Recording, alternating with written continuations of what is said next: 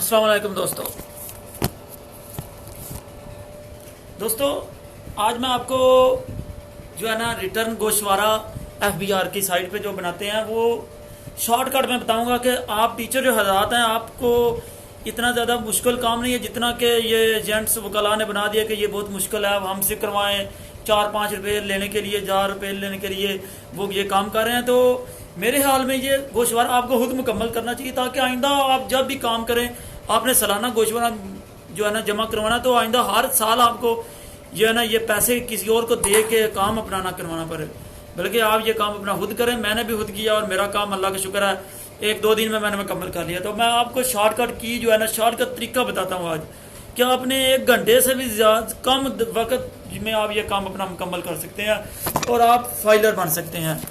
तो जिसकी सैलरी 4 लाख से ज़्यादा है वो ये काम मुकम्मल करे, ये गोशवारे जमा कराए। तो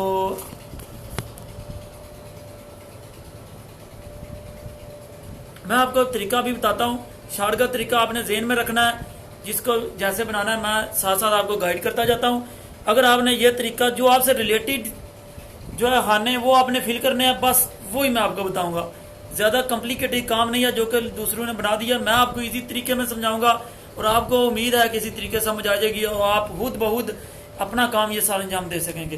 तो सबसे पहला स्टेप होता है जो लॉग इन करने के लिए आपने जो है ना वेबसाइट पे जाना, iris.fbr गूगल पे जाके जाना है और वहाँ पे आपकी ये वाली वेबसाइट पेज ओपन होगा।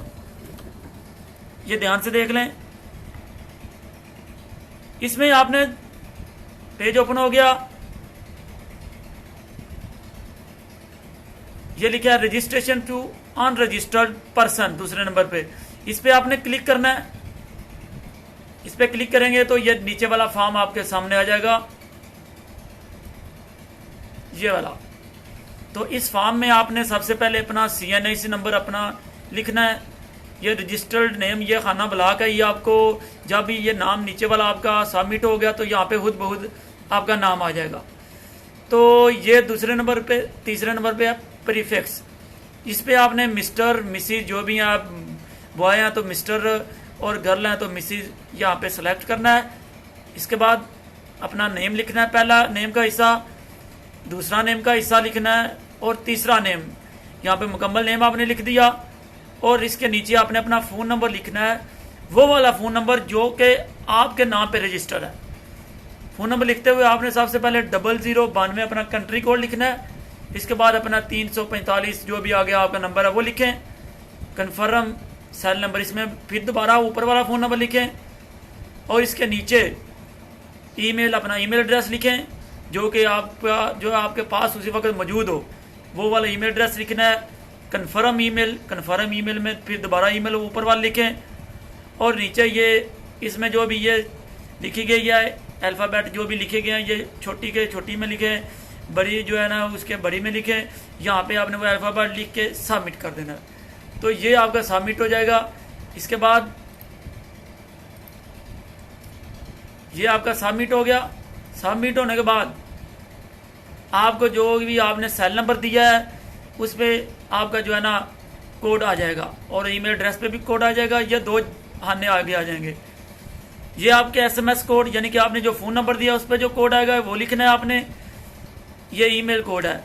ये जो ईमेल आपने दिया है उस पर जो कोड आएगा ये आपने लिखना है और इसको सबमिट कर देना है। सबमिट करने के बाद आपका जो है ना ये प्रोसेस मुकम्मल हो जाएगा।